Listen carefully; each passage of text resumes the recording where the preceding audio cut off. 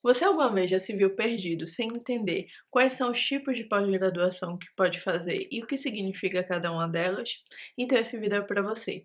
Meu nome é Jade, seja bem-vindo para mais um vídeo do Páginas Avulsas. O vídeo de hoje é um daqueles que eu vou explicar algumas coisas acadêmicas na tentativa de ajudar alguém que esteja precisando. E hoje eu resolvi falar sobre as diferenças entre os tipos de pós-graduação, para tentar te ajudar a escolher uma pós-graduação e entender qual percurso seguir depois de uma faculdade. Primeiro de tudo, nós temos que fazer a diferenciação maior entre os cursos, que é a pós-graduação lato sensu ou pós-graduação stricto sensu.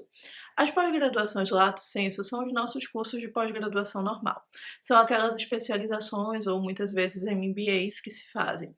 São relacionados a alguma área específica da tua profissão que você queira se aprofundar um pouco mais, e elas no geral têm uma duração de 18 meses no Brasil. As pós-graduações lato sensu, elas têm uma exigência ditada pelo MEC que devem possuir pelo menos 360 horas. É por isso que, no geral, fica nesses 18 meses que eu falei, mas alguns programas têm muitas vezes aulas intensivas ou formatos que dê para se terminar em menos tempo. Mas a carga horária precisa ser cumprida para que esse título tenha um valor de uso. Isso acontece por quê? Para você ser professor dentro de uma universidade pública dentro do Brasil, você precisa ter no mínimo mestrado. Mas em muitas faculdades particulares é necessário minimamente o curso de especialização. Isso porque a partir de um nível a mais de especialização você pode ensinar, ou seja, você tem que estar sempre num grauzinho pelo menos acima para conseguir orientar os seus alunos. A pós-graduação lato sensu ela é muito procurada até por quem faz concurso, porque ela ajuda na pontuação geral e ela também ajuda a desenvolver habilidades. Muitas vezes você pode fazer pós-graduações lato sensu para aprofundar questões específicas. Eu cheguei a fazer 2 pós-graduações lato sensu, eu fiz em compliance e governança, que era algo que eu já trabalhava, e também fiz em direito do autor ao mesmo tempo que eu fazia o mestrado, porque eu queria me aprofundar mais no direito do autor. Eu fiz em Portugal na mesma época que eu fazia o mestrado na mesma área. Essas pós-graduações, elas não têm um título que possibilite você ir direto, por exemplo, para um doutorado, mas elas podem fazer parte da sua escala de progressão acadêmica. Não é obrigatório fazer uma pós-graduação, mas ajuda a enriquecer o currículo e é um tempo um pouco mais rápido. Dito dessas pós-graduações lato sensu, agora nós vamos para as pós-graduações stricto sensu. As pós-graduações stricto sensu são os conhecidos mestrados e doutorados. O pós-doutorado não faz muito parte dessa hierarquia, mas eu vou falar sobre ele mais para o final do vídeo. Os mestrados e doutorados, eles podem ser de duas naturezas, eles podem ser práticos ou profissionais, ou científicos. Via de regra, os mestrados práticos, eles têm uma produção diferente. Nos mestrados científicos, o alvo da produção do tempo do mestrado é uma dissertação.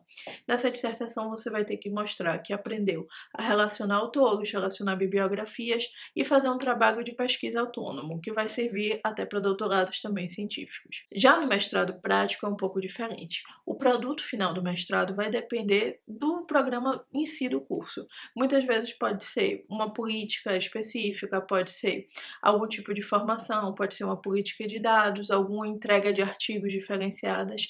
Vai variar de curso a curso e só olhando o programa para entender. Quando nós falamos em mestrados práticos, eles são aceitos como mestrados científicos numa progressão para doutorado de uma forma igual quando feitos dentro do Brasil e quando possuem uma observação no diploma chamado mestrado stricto sensu. Só isso dá direito a você utilizar um mestrado prático para ir para um doutorado científico e dar seguimento a essa carreira nessa área. O doutorado prático segue a mesma linha do mestrado prático, não tem também um objeto de tese específico para ser entregue, vai muito variar do programa. Nós podemos ter, por exemplo, mestrados, doutorados práticos que tenham como alvo uma patente, ou seja, vai variar sobre a estrutura.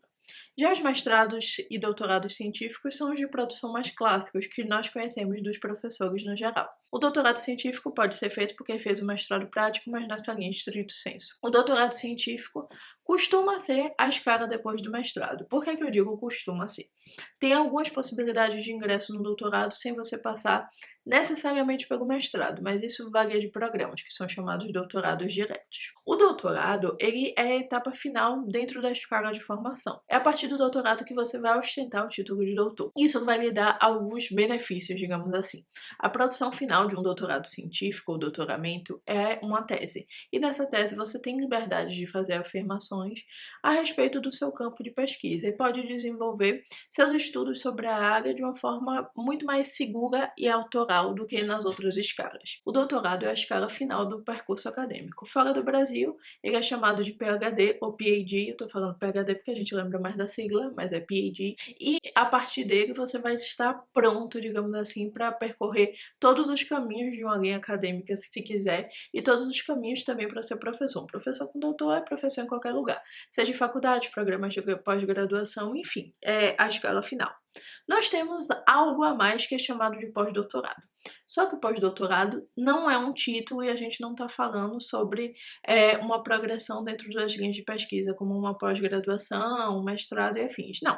O pós-doutorado nada mais é do que um estágio que um doutor vai fazer dentro de uma universidade, de um instituto de pesquisa, em que ele vai elaborar uma produção relativa a esse estágio e entregar ao final dele para obter esse título de pós-doutor. Mas não é uma escala a mais, não é obrigatório e você não é a mais que um doutor por ter um pós-doutorado. É a mais em termos de construção curricular, enfim. Mas ele não tem um título propriamente dito acima de quem tem doutorado. Mas essa é uma explicação muito mais geral para quem quer fazer uma pós-graduação e queria entender um pouco melhor. Uma ressalva que eu deixo no final é que os mestrados práticos, para quem quiser fazer, eles podem não ser tão bem vistos quanto mestrados científicos por alguns empregadores e faculdades, mas quando são estrito sensu no Brasil, eles te dão acesso a doutorados da mesma forma que mestrados científicos. Só que essa regra não vale para mestrados práticos feitos fora do Brasil. Os mestrados práticos, por exemplo, de Portugal, não são revalidados como mestrados no Brasil, são revalidados como cursos de especialização, então tem essa atenção final na hora de escolher. No mais, se você tiver alguma dúvida mais específica sobre esse assunto, pode me procurar, que eu vou ficar muito feliz em te ajudar. Então é isso, eu vejo vocês no próximo vídeo, eu espero que essas informações tenham sido úteis. Tchau, tchau, gente!